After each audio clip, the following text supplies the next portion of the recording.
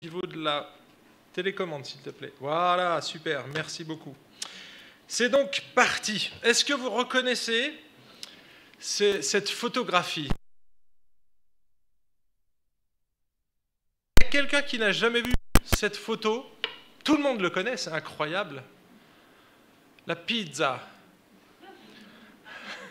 En italien, pizza, c'est la ville de Pise en français. Alors il n'y a qu'un S, hein, c'est Pisa, mais prononcé à la française, ça donnerait la pizza. Donc c'est l'œuvre de la pizza. Vous voyez, la première pizza, elle n'était pas terrible. Hein. Alors, tout le monde connaît cette œuvre. Et figurez-vous qu'elle est connue dans le monde entier. C'est un petit peu la tour Eiffel de Pise. Hein. Notre tour Eiffel à Paris est aussi connue, alors peut-être probablement plus connue même que cette œuvre, mais quand même. Vous savez combien il y a de visiteurs chaque année, de touristes? Allez, dites un chiffre comme ça. 3,2 millions de touristes. Alors attention, c'était avant la pandémie, mais en 2017, les chiffres étaient hallucinants. 3,2 millions de touristes. Et entre nous, si j'étais l'architecte de cette œuvre, je ne sais pas si je serais aussi fier que ça. Pourquoi, à votre avis? Ah, elle penche. Mais il y a des artistes qui font ça exprès. À votre avis, est-ce que cette tour a été construite pour développer l'économie de Pise? Non? Vous en êtes sûr? En fait, non, vous avez raison. C'est que l'architecte, il ne s'est pas dit « Tiens, je vais la faire tordue, comme ça il y aura du monde qui va venir. Hein ». Non, non, il n'a simplement pas posé les fondations correctement. En fait, alors ça c'est Wikipédia qui m'a renseigné cette semaine, cette tour, en fait, elle penche de plus en plus. Et donc, ils ont investigué le sol et ils ont excavé 60 mètres cubes de terre dessous, donc sous la... Et ils ont découvert plein de choses. Alors, je vous cite ce que dit Wikipédia. En excavant 60 mètres cubes d'argile, ils ont découvert que la tour a été construite sur les restes d'une opulente villa patricienne du IIIe siècle, elle-même érigée sur une nécropole romaine surplombant un cimetière étrusque. Alors, vous imaginez, c'est du multicouche, mais pas très stable. Et puis, comme c'est un sol argileux, donc vous voyez, quand il pleut, ça gonfle, et quand il sèche, quand c'est la sécheresse, eh bien, ça se rétracte, et donc du coup, il y a des mouvances, le terrain bouge en fait. Et du coup, quand on est sur un terrain comme ça, ben, ce qu'on va bâtir dessus, eh bien, ça peut s'incliner. Et puis, s'il y a une secousse sismique, quand la maison est comme ça, penchée, surtout quand elle fait 50 mètres de hauteur, vous imaginez, hein, quand on fait pencher un monument comme ça, s'il y a un tremblement de terre, qu'est-ce qui se passe? Tout s'effondre. Pourquoi je vous dis ça? Pourquoi je parle de la tour de Pise? Eh bien parce que je veux faire le parallèle, finalement, avec la vie chrétienne. Si on ne pose pas correctement les fondations, eh bien notre vie peut commencer à un moment donné à pencher, et s'il y a une secousse un peu forte, eh bien tout s'effondre. Et ce matin, eh bien, on va étudier un texte qui est considéré par de nombreux chrétiens comme le socle, comme les fondations de la vie chrétienne, des fondations solides sur lesquelles il faut s'appuyer impérativement. Et on va voir que ce matin, le texte dans lequel on va le lire, c'est dans le livre des Actes, et on va voir que c'est un texte narratif. Donc on ne peut pas imiter chaque détail. Par contre, les principes qui sont à l'intérieur et qui sont repris ailleurs dans le Nouveau Testament, on doit pouvoir les mettre en pratique. Et donc, ça nous concerne à nous aussi, nous, disciples du XXe siècle. Alors, sans plus tarder, on va lire le texte et je vous invite à vous lever. Rappelez-vous ce qu'on avait fait la dernière fois. Pourquoi on se lève au moment de la parole de Dieu, comme les Juifs? Ils se levaient pour prier et ils se levaient pour écouter la Torah par respect, parce qu'on a un texte sacré devant nous. Ici, il va être projeté sur cet écran. Eux, ils ouvraient tout simplement les rouleaux de la Torah et ils lisaient. Et c'est ce qu'on va faire maintenant. Ceux qui acceptèrent sa parole furent baptisés, et en ce jour-là furent ajoutés environ 3000 âmes. Ils persévéraient dans l'enseignement des apôtres, dans la communion fraternelle, dans la fraction du pain et dans les prières. La crainte s'emparait de chacun et il se faisait beaucoup de prodiges et de signes par les apôtres. Tous ceux qui avaient cru étaient ensemble et avaient tout en commun. Ils vendaient leurs biens et leurs possessions et ils en partageaient le produit entre tous selon les besoins de chacun. Chaque jour, avec persévérance, ils étaient au temple d'un commun accord. Ils rompaient le pain dans les maisons et prenaient leur nourriture avec allégresse et simplicité de cœur. Ils louaient Dieu et obtenaient la faveur de tout le peuple. Et le Seigneur ajoutait chaque jour à l'Église ceux qui étaient sauvés. Et là, vous pouvez vous asseoir parce que c'est la fin de la totalité inspirée de ce message. Alors, vous l'avez lu ici, et au verset 42, parce que c'est probablement le verset le plus connu, en tout cas c'est le plus utilisé, ce verset a été la source d'inspiration de beaucoup d'églises chrétiennes, donc évangéliques, depuis l'époque apostolique, je vais y arriver. Depuis le début, beaucoup d'églises ont fondé leur église sur ce verset 42 qui résume, Luc résume ce qu'il va décrire ensuite dessous. Et donc c'est ce qui m'a donné finalement le plan. C'est très facile à trouver ce plan-là. Et ça nous donne les 4 activités indispensables qu'un disciple devait vivre après sa conversion, parce qu'il s'agit de ça. On est juste après la conversion. 3000 personnes, suite à la prédication de l'apôtre Pierre, se tournent vers Jésus. Ils embrassent Jésus, ils se placent sous la tutelle de Christ, ils pénètrent dans le royaume de Christ. Ce n'est pas forcément Jésus qui vient dans leur cœur, c'est eux, c'est Jésus qui les prend dans son royaume, vous voyez ? Et donc Jésus les accueille dans son royaume, c'est lui qui ajoute à l'Église. Vous voyez la différence avec ce qu'on a peut-être chanté un peu ce matin, je ne sais pas si vous avez observé, j'ai remarqué ça, beaucoup de chants, c'était moi, je. Les amis, il faudrait transformer ça. Et vous allez voir pourquoi ce matin, en nous. Parce que c'est le corps de Christ. On est sauvé individuellement, mais incorporé instantanément dans le corps de Christ. C'est pourquoi quand on voit un chrétien qui est sans église, les amis, c'est un orphelin. Il ne devrait pas se balader tout seul dans la nature, il devrait obligatoirement, parce qu'il en fait partie, mais il devrait le manifester concrètement et rejoindre une assemblée locale. Qu'est-ce qu'on voit dans ces quatre disciplines, 4 activités, mais finalement c'est 4 disciplines parce que ça concerne des disciples. 4 disciplines qui sont les suivantes, et toutes liées et centrées sur l'Évangile, sur la personne de Christ. La première, c'est l'enseignement des apôtres, et ça, c'est l'Évangile expliqué. La deuxième, c'est la communion fraternelle, et là, c'est l'Évangile incarné, vécu en communauté.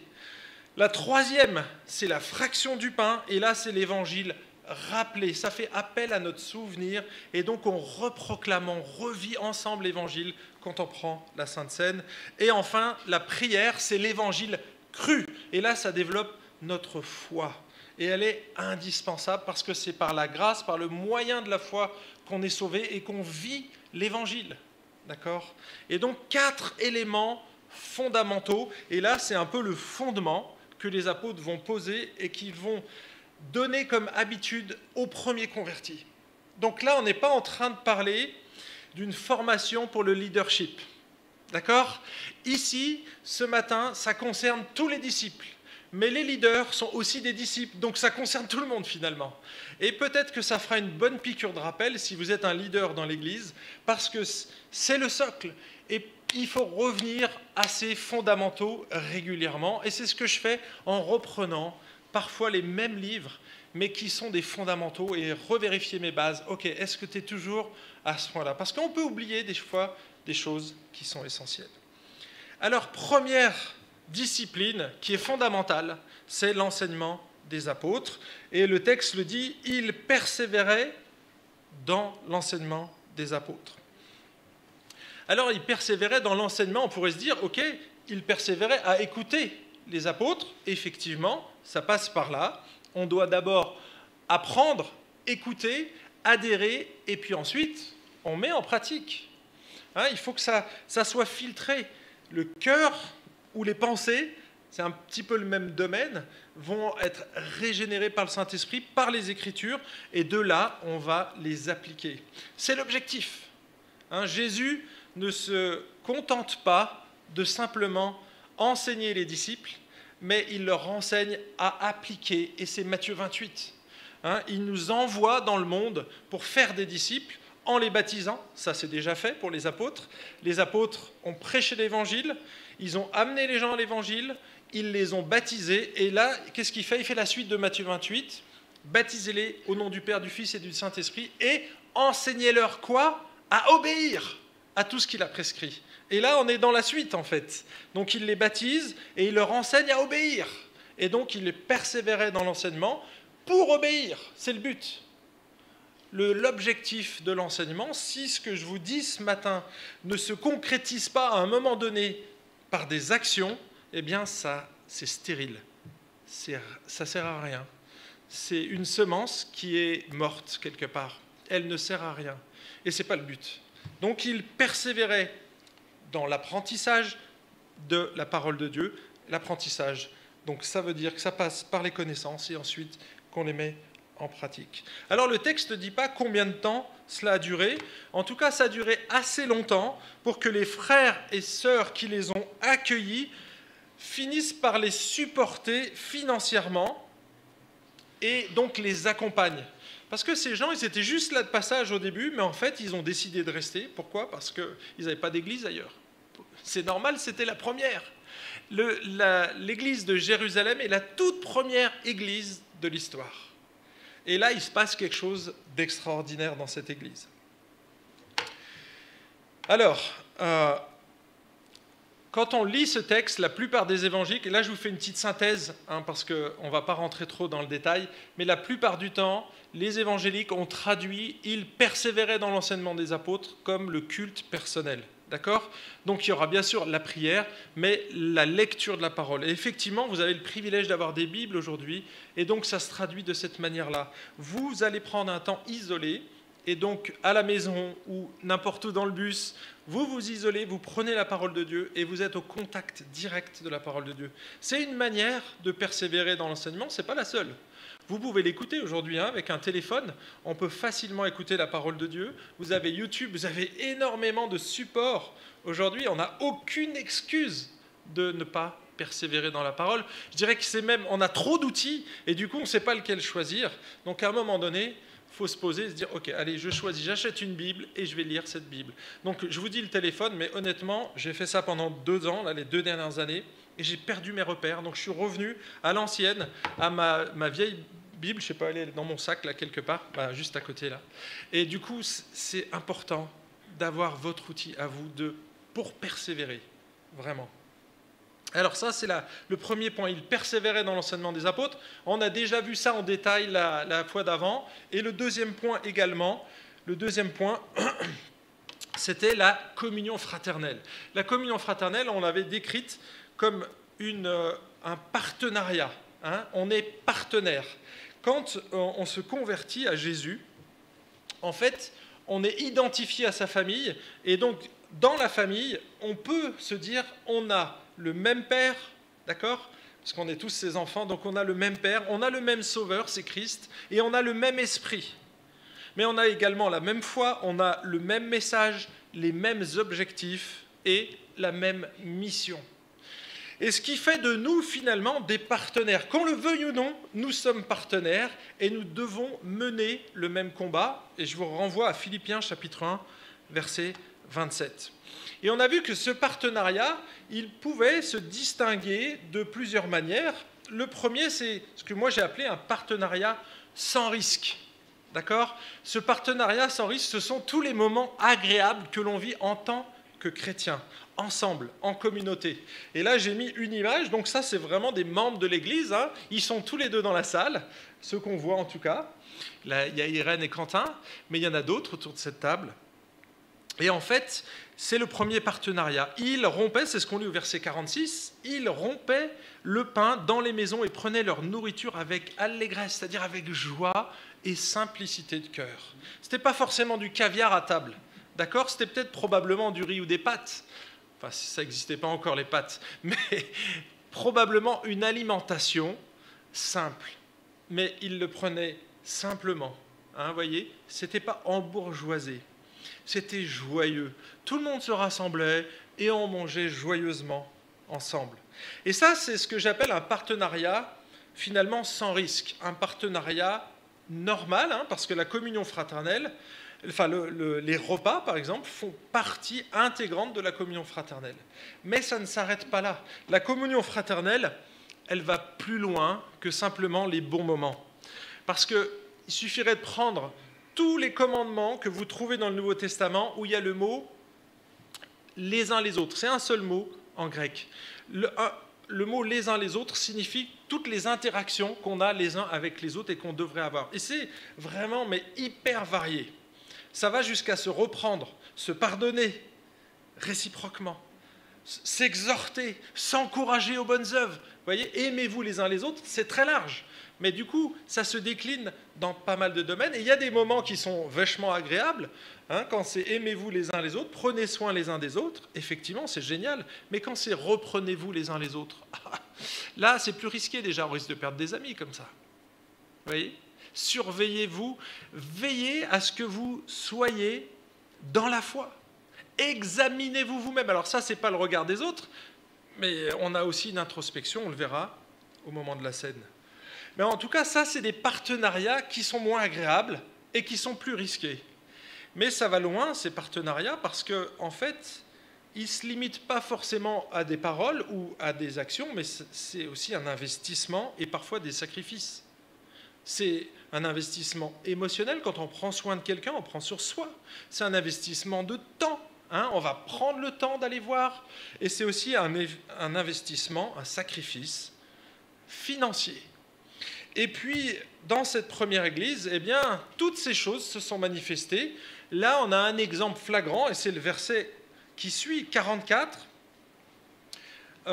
44 et 45. Tous ceux qui avaient cru étaient ensemble et avaient tout en commun. Ils vendaient leurs biens et leurs possessions, ils en partageaient le produit entre tous, selon les besoins de chacun. Cet petit bout de phrase est super important. Selon les besoins de chacun. Donc vous voyez ici, le partenariat s'est traduit par un sacrifice. Ils vendaient leurs biens. Vous imaginez? C'est fort. On a 3000 nouveaux convertis qui débarquent dans l'église. Qu'est-ce qu'on fait? Est-ce qu'on leur tape sur l'épaule en leur disant « Ah, le Seigneur va pourvoir à tes besoins ?» Ça, c'est facile. Eh bien, ce n'est pas ce qu'ils ont fait.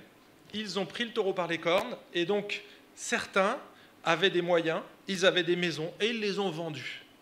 D'accord? Est-ce que... Donc, ce que je disais, c'est qu'il y a des principes qui sont forts. Est-ce qu'on doit imiter ce qu'ont fait nos frères? Alors, je dirais oui et non. Oui, d'une manière absolue, leur générosité et leur spontanéité, ça doit être imitable. Ça s'appelle la solidarité chrétienne et on doit l'imiter. Fondamentalement, on doit le faire. Par contre, concrètement, est-ce qu'on doit faire exactement ce qu'ils ont fait? Et là, je dis non. Pourquoi? Est-ce qu'on doit vendre nos maisons? Est-ce que si vous avez une maison, vous posez probablement la question, mince, est-ce que je suis un bon chrétien? Je n'ai pas encore vendu ma maison. Ah mince!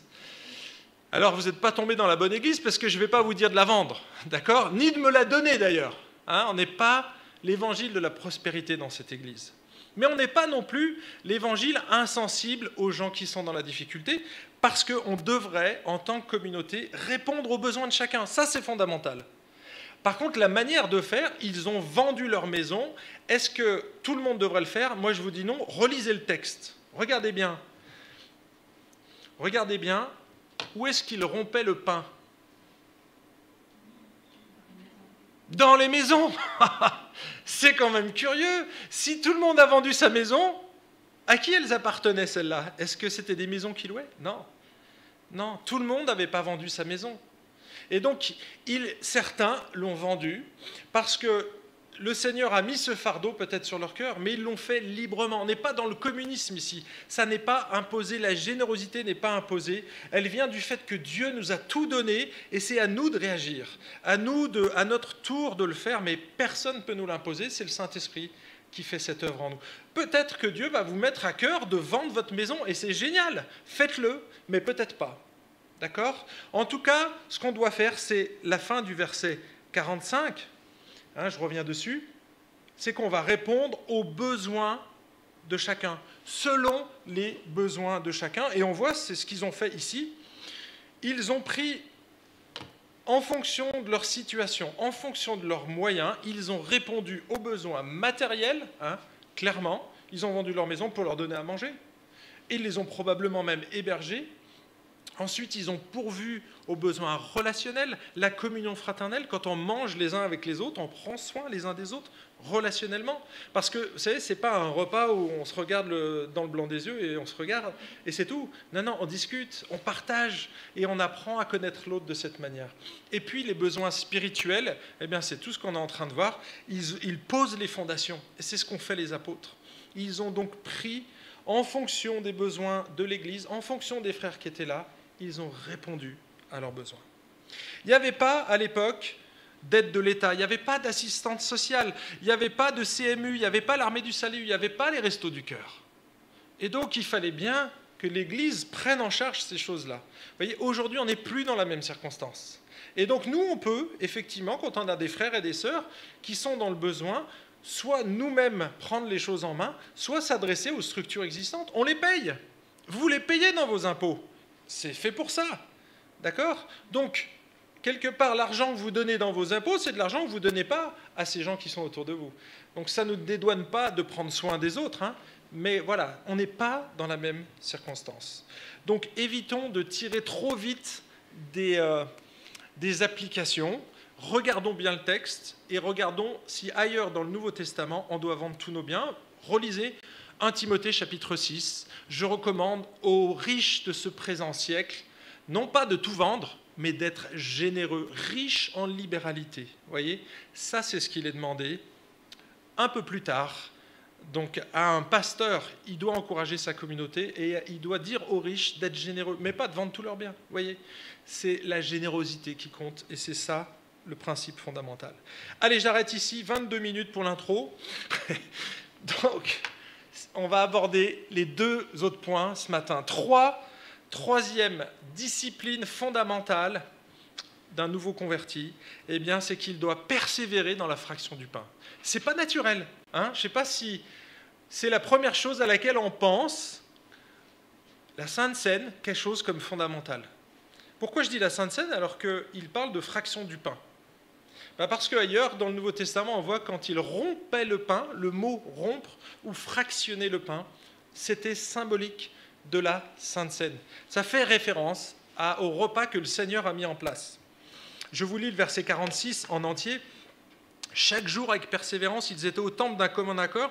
Ils rompaient le pain dans les maisons et prenaient leur nourriture. Donc vous voyez, ils séparent ici. Ils rompaient le pain, Sainte Seine, et ensuite ils prenaient leur nourriture avec allégresse. Donc on voit deux choses différentes, pas forcément les 3000 en communauté. D'accord? Donc là, c'était dans les petites communautés. Quand on dit dans les maisons, souvent on pense à nos maisons, à nous, où il y a entre 4 et 6 personnes, si vous êtes au-delà de la moyenne nationale. Mais en fait, une oikos, une maison de l'époque, c'était beaucoup plus que ça. On a retrouvé dans des vestiges, aujourd'hui, dans des maisons chrétiennes, des maisons où il y avait une salle, il y avait à peu près donc, des maisons sur plusieurs étages avec différentes classes sociales, ça représentait une 50aine de personnes, jusqu'à 80. Donc vous imaginez, quand on parle maison, nous on imagine 5-6 personnes, non, c'était beaucoup plus grand que ça. Et donc, ils vivaient de cette manière-là dans les maisons. Donc, qu'est-ce que nous, on enseigne ici dans cette église sur la fraction du pain? Je vous lis notre confession de foi, tout simplement, et vous allez voir, ça nous fera un bon petit rappel. Vous la connaissez par cœur, j'imagine. Alors, qu'est-ce qu'on enseigne dans la confession de foi? Nous enseignons que le repas du Seigneur est la commémoration et la proclamation de sa mort jusqu'à ce qu'il revienne et qu'il devrait toujours être précédé d'un examen de conscience. Nous enseignons aussi que si les éléments de la scène représentent seulement le corps et le sang de Christ, le repas du Seigneur constitue néanmoins une communion réelle avec le Christ ressuscité. Celui-ci est présent d'une manière unique et s'associe à son peuple. C'est bon, vous avez tous mémorisé? Alors, vas-y, répétez. C'est compliqué de répéter ces phrases-là, mais elles sont fondamentales. Autrement dit, ici, on est en train d'enseigner que la scène est un symbole. D'accord? La scène, ce n'est pas l'équivalent du café et du petit biscuit qu'on vous offre à l'entrée de l'église. Alors, on ne le fait plus, hein, pour des raisons de pandémie, mais normalement, quand on venait à l'EIG, on avait ce moment convivial qui fait partie de la communion fraternelle, mais ce n'est pas la Sainte Seine. Hein? Ce n'est pas parce qu'il y a un café avec un biscuit que c'est la Sainte Seine. C'est autre chose. Là, on est dans un autre moment. Là, c'est l'accueil. Vous voyez? Ce n'est pas pareil. Ça va plus loin que ça. En fait, j'ai trouvé 3 éléments. On pourrait dire beaucoup de choses, mais le symbolisme de la scène est important. Qu'est-ce que ça nous enseigne? Eh bien, la scène, elle symbolise la réalité de la présence de Jésus au milieu de son peuple. D'accord? Quand on prend la scène ensemble, on se dit, OK, Jésus est parmi nous, ici. Jésus avait promis, avant de s'en aller, dans Matthieu 28, verset 20, vous pourrez vérifier, il avait promis à ses apôtres qu'il serait présent parmi eux jusqu'à la fin du monde. D'accord? Vous vous souvenez de ce texte? Je serai avec vous jusqu'à la fin du monde. Or, même si on n'a jamais été aussi proche de la fin du monde, eh bien, je constate que ce n'est pas encore la fin du monde parce qu'on ne serait plus là. D'accord? Et donc, ça signifie que Jésus est encore au milieu de nous. Il est parmi nous. Même si on ne le voit pas, il est là. D'accord? Et donc, il ne nous a pas laissés orphelins, il nous a envoyé l'Esprit. Donc, l'Esprit est en nous, mais Jésus est au milieu de nous. Vous ne le voyez pas, mais il est bien présent. Et lorsqu'on célèbre la scène, finalement, on rappelle cette vérité-là. Mes amis, on est tous ensemble, on forme un seul corps, et Jésus est avec nous. Voilà ce qu'on dit, hein, c'est le chandelier qui brille au milieu de l'église. Rappelez-vous dans l'Apocalypse, ce chandelier, quand il s'éteint, c'est que Jésus n'est plus présent. Eh bien, normalement, si on s'aime les uns les autres, qu'on aime Jésus, qu'on a notre premier amour qui est là, qui est enthousiaste, eh bien, Jésus est au milieu de nous. Et c'est ce qu'on célèbre, finalement. On proclame que Jésus est vivant et qu'il est au milieu de nous. Ça, c'est un des aspects de la scène. La deuxième chose que la scène symbolise, c'est la réalité des bienfaits de l'Évangile. À chaque fois qu'on prend la scène, on revient au cœur de l'Évangile. En fait, on proclame les bienfaits de la mort et de la résurrection de Jésus pour nous. En fait, en mourant, Jésus nous permet d'avoir la vie. Le pain rompu nous rappelle le brisement de son corps à la croix. Et ça symbolise sa mort. Le vin, le liquide rouge, eh bien ça nous rappelle son sang. Et le sang, dans l'Ancienne Alliance comme dans la Nouvelle, hein, Jésus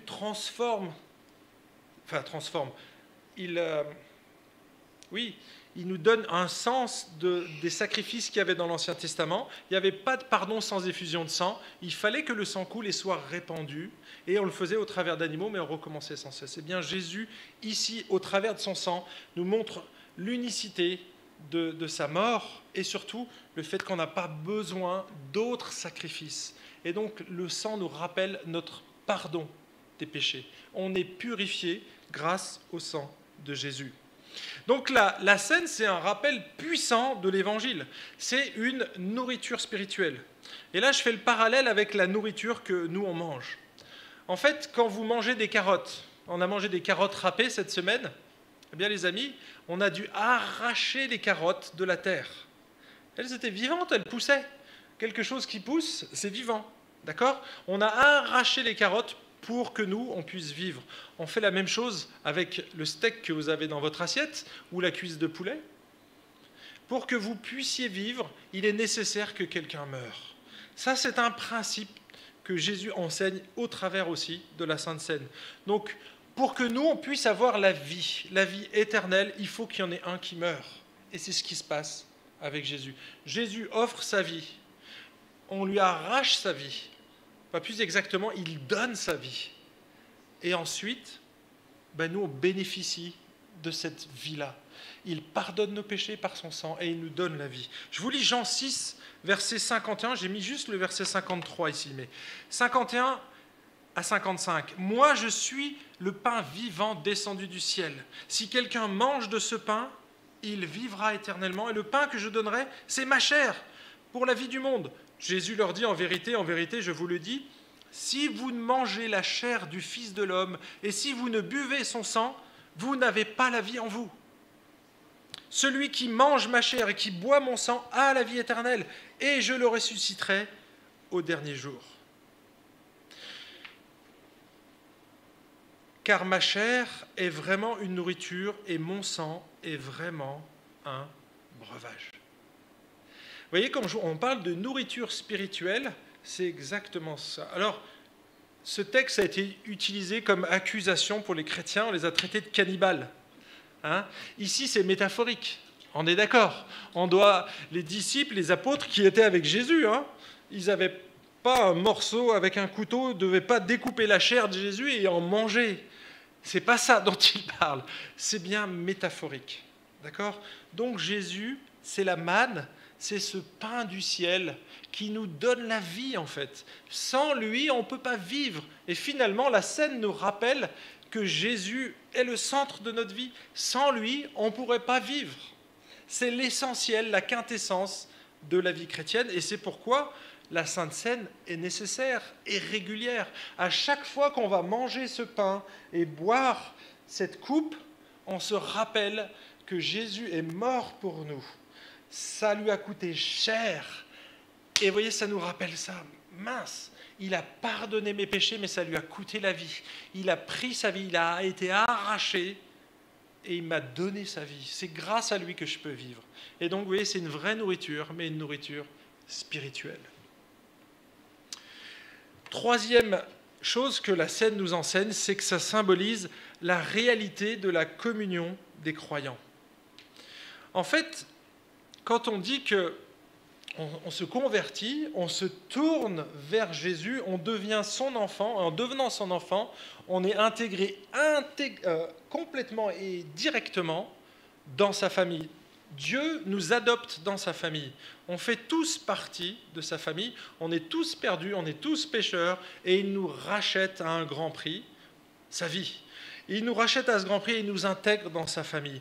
Et dans cette famille, il désire que l'on vive d'une manière unie. On est déjà unis en Christ, mais il veut que ça se concrétise, que ça se vive vraiment dans l'Église. Et donc, à chaque fois qu'on prend la scène, ça nous rappelle qu'on devrait avoir des relations saines, d'accord ? Qu'il n'y ait pas de mensonge entre nous, qu'il n'y ait pas de problème dans nos relations, qu'il n'y ait pas de tension. Et la scène, finalement, c'est pédagogique, et c'est pour ça qu'on doit le faire régulièrement, c'est qu'on est obligé de se positionner et de se dire, attends, où est-ce que j'en suis dans mes relations avec les autres ? Déjà, où est-ce que j'en suis dans ma relation avec Dieu ?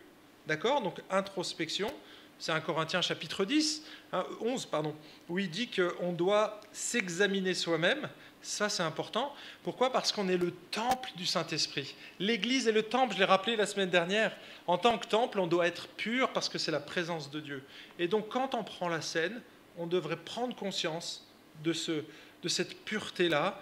Et donc, finalement, la scène nous pousse à faire un bilan régulier. Vous savez que dans mon ancienne Église, nous, on pratiquait le lavement des pieds avant de prendre le pain et le vin. Et Jésus l'a fait avec ses apôtres. Ils venaient de prendre le bain. Ils étaient propres. Et c'est ce que Jésus dit dans Jean 13. Vous êtes déjà purs. Parce qu'ils étaient déjà passés par ce bain. Vous êtes déjà convertis. Mais qu'est-ce qui se passe dès que vous sortez du bain ? Surtout à l'époque. On marche avec des sandales et qu'est-ce qu'on fait ? On se salit les pieds. Donc le symbole, il est là. C'est que dans nos relations, dans la vie, on va forcément marcher. On est purifié, Jésus nous a pardonné, mais on va marcher dans cette vie et on va se souiller. On aura les pieds sales. Et donc c'est un symbolisme, et ça tous les commentaires sont d'accord, le lavement des pieds, c'est principalement pas forcément l'humilité, mais surtout le pardon des péchés réciproques et quotidiens. On a déjà été purifié, mais là on a besoin de se pardonner les uns les autres, justement pour qu'on reste pur dans ce corps. D'accord ? Alors on ne le fait pas dans nos églises, mais ce n'est pas une obligation, mais je pense que c'est une manière pédagogique, comme la scène, de nous rappeler qu'on doit rester pur en tant que croyant, parce qu'on appartient au même corps, et quand quelqu'un a les pieds sales, il va salir tout le monde. C'est comme un petit peu le virus. Si vous voulez, on va prendre une image, c'est comme si vous étiez contaminé et que vous enleviez votre masque et que tout le monde en profite. Vous voyez? C'est pas ce qu'on souhaite. Donc en fait, quand Jésus, ici, il nous dit « mettez vos masques » quelque part. Alors ça ne veut pas dire « garde le péché pour toi, mais gère-le ». Ok? Ou alors, tu viens à la croix, et là, j'ai un bon vaccin pour toi. D'accord? Mais lui, c'est un vrai vaccin. C'est un vaccin définitif, intemporel. Et il nous vaccine contre toutes les maladies, tous les problèmes, tous les péchés. C'est génial. Mais c'est la réalité. C'est une réalité spirituelle. Allez, je m'arrête ici. On pourrait dire plein d'autres choses. Mais donc, troisième pilier. Premier pilier, première discipline fondamentale. C'est marqué en bas à gauche, là. Regardez. L'enseignement des apôtres. Deuxième, la communion fraternelle. Troisième, la fraction du pain ou la Sainte Seine. Et le quatrième, vous l'avez deviné, la prière. La prière, c'est fondamental. Chaque jour, avec persévérance, ils étaient au temple d'un commun accord, ils louaient Dieu. Et là, je me suis arrêté ici volontairement. Chaque jour, avec persévérance. Vous savez pourquoi il y a le mot persévérance? Parce que la prière, c'est difficile. La prière, j'ai donné 4 caractéristiques de la prière, on pourrait en dire 50, mais j'en ai choisi 4 ce matin. La prière, c'est déjà un combat interne, personnel. En tout cas, c'est un combat chez moi. C'est une lutte. Je dois lutter contre mon égoïsme. Vous savez comment je sais que je lutte contre mon égoïsme? C'est quand je commence à me centrer sur moi et que toutes les prières reviennent à moi ou à mon petit confort. Là, on sait que ce n'est pas normal. La prière, elle doit s'adresser à Dieu, et on sait que de toute façon, ce genre de prière n'a aucun résultat, parce que Jacques nous le dit. Jacques dit, quand vous demandez, vous ne recevez pas. Pourquoi? Parce que vous demandez avec de mauvais motifs. Vous voulez que l'objet de vos demandes serve à votre propre plaisir. Voyez? Et souvent, on doit lutter contre cette tendance naturelle. C'est mon cas. Et je pense qu'on est tous, ici dans cette salle, face à cette problématique. On lutte contre notre égoïsme naturel. Et c'est un combat, et c'est pour ça qu'on a besoin de petits rappels et de persévérer.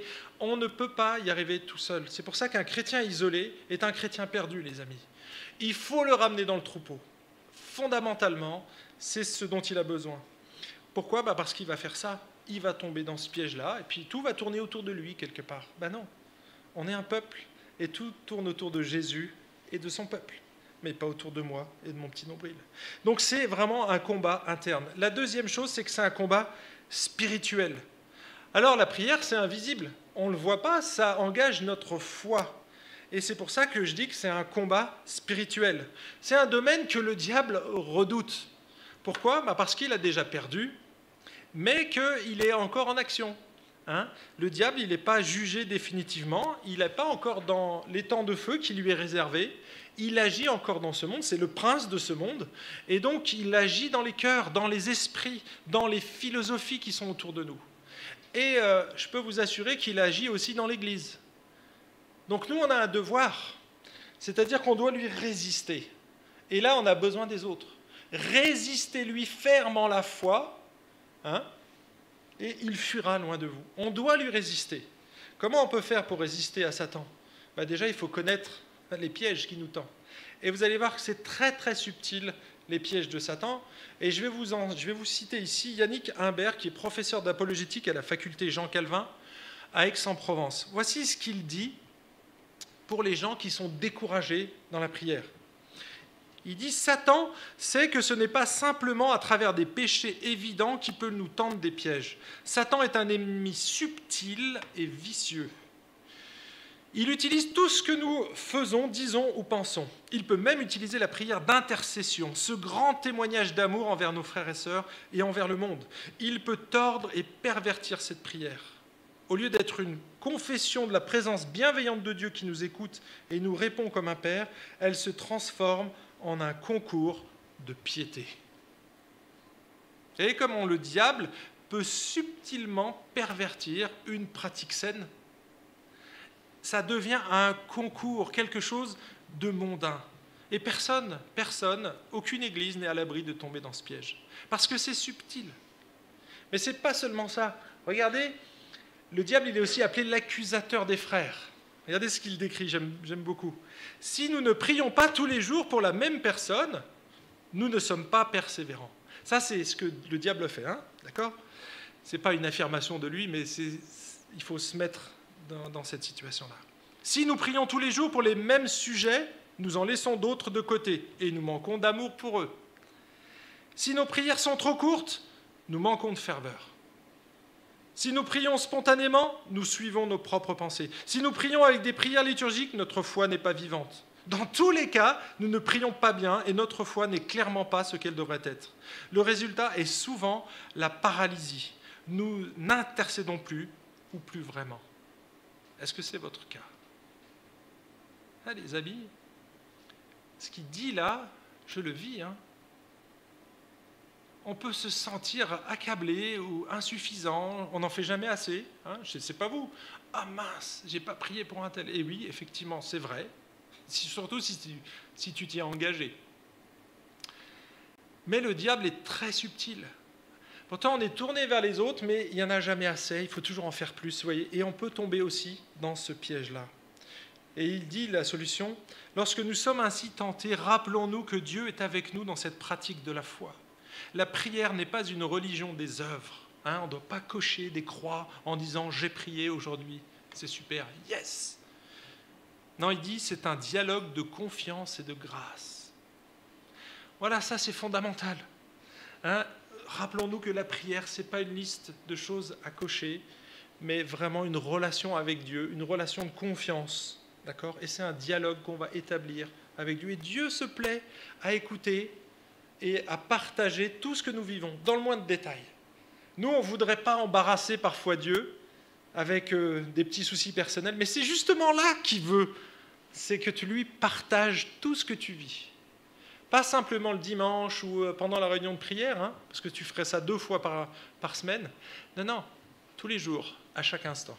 Prier sans cesse. C'est ça ce que ça veut dire. Ça ne veut pas dire que tu dois être à genoux ou fermer les yeux à chaque fois, parce que quand tu es en voiture, tu peux prier aussi, mais ferme pas les yeux. Mais voyez, prier sans cesse, c'est en toutes circonstances, pour n'importe quel sujet, parce que Dieu se plaît à nous écouter. Il est là et il t'écoute. Vous avez probablement dans votre entourage votre grand-père ou votre grand-mère qui était toujours là à vous écouter. Nous, on avait notre voisine, elle était formidable pour ça. Quand on voulait discuter, elle était là, et elle nous regardait paisiblement, elle nous écoutait. Et puis on voyait qu'elle nous écoutait parce que des fois, elle disait quelque chose. Ah, d'accord, et c'était dur. Vous voyez, et en fait, c'est une image humaine, mais Dieu, il se plaît à nous écouter. Et il est là, et il nous encourage, et lui-même prie pour nous. Romains 8 dit que Dieu intercède, la Trinité intercède pour nous, surtout quand on est dans nos faiblesses et dans des difficultés. Allez, deux derniers points, vite fait. Ah mince, j'ai plus de... Voilà. La prière, c'est un sport spirituel. La prière, c'est un sport. Vous avez remarqué que dans les évangiles, on voit que les apôtres sont venus voir Jésus, alors que c'était des Juifs qui allaient à la synagogue, qui priaient pour les repas, qui priaient à la synagogue. Et vous savez ce qu'ils ont demandé à Jésus ? Apprends-nous à prier. Alors je me suis toujours dit, mais... pourquoi des apôtres qui priaient depuis des années, peut-être depuis tout petit, demandent à Jésus de prier ? J'ai trouvé 3 raisons. Soit ils priaient de manière conventionnelle en récitant des prières toutes faites, et là donc c'est sans réelle conviction. Soit ils priaient rarement et avaient besoin d'entraînement. Soit que Jésus priait d'une manière si différente qu'ils avaient l'impression de ne pas savoir prier. Alors ce n'est pas forcément l'un ou l'autre, c'est peut-être les 3, c'est peut-être un mix de toutes ces choses-là. En tout cas, les apôtres ont eu le loisir d'apprendre à prier parce qu'ils ont vécu 3 années de suite à ses côtés. Mais à votre avis, comment vont faire ces jeunes disciples ? Parce que Jésus n'est plus là, il est remonté au ciel. Comment ces jeunes disciples vont-ils apprendre à prier ? Comment vont-ils exercer ce muscle spirituel de la prière ? Comment ils vont faire ? Comment ils vont avoir de l'endurance ? Parce que le texte nous dit persévérer. Comment avoir de l'endurance dans un domaine alors que nous-mêmes, on n'a jamais pratiqué cet exercice. Hein, comment faire un marathon si vous n'avez même pas couru un 100 mètres? C'est compliqué quand même. Vous en conviendrez. Eh bien, c'est là où on a besoin de la communauté. Et c'est pour ça que c'est adressé aux jeunes disciples et à l'Église. Persévérer ensemble. Parce que tout seul, c'est difficile. Mais quand on est en groupe, c'est génial. N'est-ce pas, ceux qui viennent à la réunion de prière, on repart, on est toujours encouragés. D'accord? Et je crois que c'est fondamental. Et c'est pour ça qu'il y a des groupes de maison, normalement. Bon, aujourd'hui, c'est un peu compliqué. Il y a des groupes de maison et on mettra en place des plus petits groupes encore, ça s'appelle des groupes de croissance. Mais on va le mettre en place. Mais honnêtement, c'est difficile de persévérer dans la prière et c'est pour ça qu'on a besoin les uns des autres. J'accélère, 45 minutes là, waouh. Moi je pense que ici c'est contextuel, mais j'ai mis cet élément-là. La prière est un aimant puissant. Un aimant puissant. Et ce qui me fait dire ça, c'est le verset 47. Regardez le verset 47, il louait Dieu. Il louait Dieu, et qu'est-ce qui se passait? Alors la louange, c'est qu'on déclare les œuvres de Dieu. Hein, on déclare ses attributs merveilleux. Et c'est une forme de prière. La louange est une forme de prière. Donc lorsqu'on dit du bien d'une personne, que l'on fait ses éloges, on le loue. D'accord? C'est le fait de raconter ce que Dieu est, ce qu'il fait, d'être élogieux à son égard. Hein, c'est quand vous racontez, vous dites du bien de votre épouse ou de votre époux ou de quelqu'un que vous aimez bien, vous êtes en train de le louer. Vous faites l'éloge de cette personne. C'est ça la louange, tout simplement. Ils louaient Dieu, et qu'est-ce qui se passait? Ils obtenaient la faveur de tout le peuple. En fait, la joie, parce qu'ils prenaient leur repas, on ne sait pas où exactement, est-ce que c'est dans le temple ou est-ce que c'est dans les maisons? On ne sait pas trop, parce que le texte, il commence dans le temple, et puis après, il bascule dans les maisons, donc ça se passait probablement dans les deux. Et ils louaient Dieu au temple, et ils louaient Dieu dans les maisons. En fait, c'était leur attitude de vie. Quand on est joyeux, quand on vient de rencontrer Jésus, hein, on est tout feu, tout flamme normalement. On a la joie du salut, on sait qu'on est pardonné, et donc on en parle tout le temps, n'importe où, qu'on soit à la maison, au travail ou à l'église, ensemble en communauté, on parle et on raconte les bienfaits de Jésus à notre égard et à l'égard des croyants. Et donc vous voyez, l'Église était une sorte d'aimant puissant parce que, regardez le résultat, le Seigneur ajoutait chaque jour à l'Église ceux qui étaient sauvés. Ce n'est pas forcément que le résultat de la prière, mais lui il fait le lien. Hein. Il louait Dieu, donc il priait, et ils obtenaient la faveur de tout le peuple, et le Seigneur. Vous voyez, à chaque fois c'est le « et ». Mais en fait, c'est peut-être et probablement un cumul de tous les autres points. Ils persévéraient dans l'enseignement des apôtres, ils étaient cohérents, ils appliquaient la parole de Dieu. Ensuite, qu'est-ce qu'ils faisaient? Ils vivaient la communion fraternelle dans les maisons qu'ils n'avaient pas vendues. Donc, ensuite, ils rompaient le pain, ils partageaient, ils se rappelaient l'évangile. Waouh, c'est génial, Dieu, il est mort, il a donné sa vie pour nous, et on célèbre ça. Il nous donne la vie éternelle, son sang a coulé pour nous, il nous a pardonné tous nos péchés. C'est génial! Et donc cette joie, cet enthousiasme était contagieux. C'était le Omicron de l'époque. Ça traversait les masques, ça traversait toutes les couches de la population. Vous voyez, cette joie, cet enthousiasme, c'était un vrai virus qui attirait. Alors j'aurais peut-être dû changer mon point. Ce n'est pas un aimant puissant, c'est un virus puissant. Vous voyez? Bon, ça c'est spontané. Allez, je conclus. Je conclus pour deux catégories de personnes ici, et vous êtes forcément dans l'une ou dans l'autre. La première, c'est si tu es jeune disciple. A priori, tu en as encore au lait spirituel. Et donc, tu as vu les 4 disciplines dont on a parlé ce matin, ne sont pas forcément encore enracinées dans ta vie. Tu sais quoi? J'ai une bonne nouvelle pour toi. Tu n'es pas seul. Tu n'es pas seul. Et si c'est une lutte, si tu luttes contre la prière, si tu n'arrives pas à lire ta Bible, si la Sainte Seine c'est compliqué à prendre aujourd'hui, même interdit par le gouvernement, si tu luttes contre ces choses-là, on est là pour t'aider. Surtout, ne reste pas seul. Si tu veux apprendre à persévérer, et on l'a dit la semaine dernière, enfin il y a 15 jours, il faut 6 semaines pour mettre une habitude en place dans ta vie. 6 semaines, c'est pas beaucoup. Mais en 6 semaines, si tu y arrives tous les jours à lire la parole, à prier, si tu n'y arrives pas tout seul, fais-le avec un frère ou une sœur. Et peut-être que vous luttez par rapport à ça. Et là, je dis aux jeunes disciples, mais les amis, ça ne touche pas que les jeunes disciples, même ceux qui en sont au steak, à la nourriture solide, qui en sont pas au lait, ils luttent aussi. Donc on a besoin les uns des autres. Si tu es plus avancé dans la foi, donc ça c'est la deuxième catégorie, normalement tu manges du steak. Toutes ces choses sont enracinées dans ta vie. Eh bien, c'est ce que je souhaite. Je ne suis pas sûr que ce soit le cas. Je vois dans ma propre vie, je suis obligé de revenir constamment à ces choses-là. Et on a besoin les uns des autres. Alors tu les connais ces choses, peut-être que tu as besoin de les confesser, tout simplement. Et de dire, ok, j'ai joué le grand là jusque-là, à vouloir jouer tout seul, dans mon bac à sable, mais j'y arrive pas, faut être honnête. Faut être honnête devant Dieu. Peut-être qu'on n'y arrive pas. Moi j'ai besoin des autres, je le confesse. Moi j'ai un ami pasteur à qui je dis mes faiblesses. Parce que on a beau être pasteur, étudier la Bible, les amis, on est face à notre péché tous les jours, face à notre égoïsme tous les jours, chaque instant. Et donc on a besoin les uns des autres. On a besoin de se rappeler ces choses et de persévérer dans l'enseignement des apôtres, dans la communion fraternelle, dans la fraction du pain et dans la prière.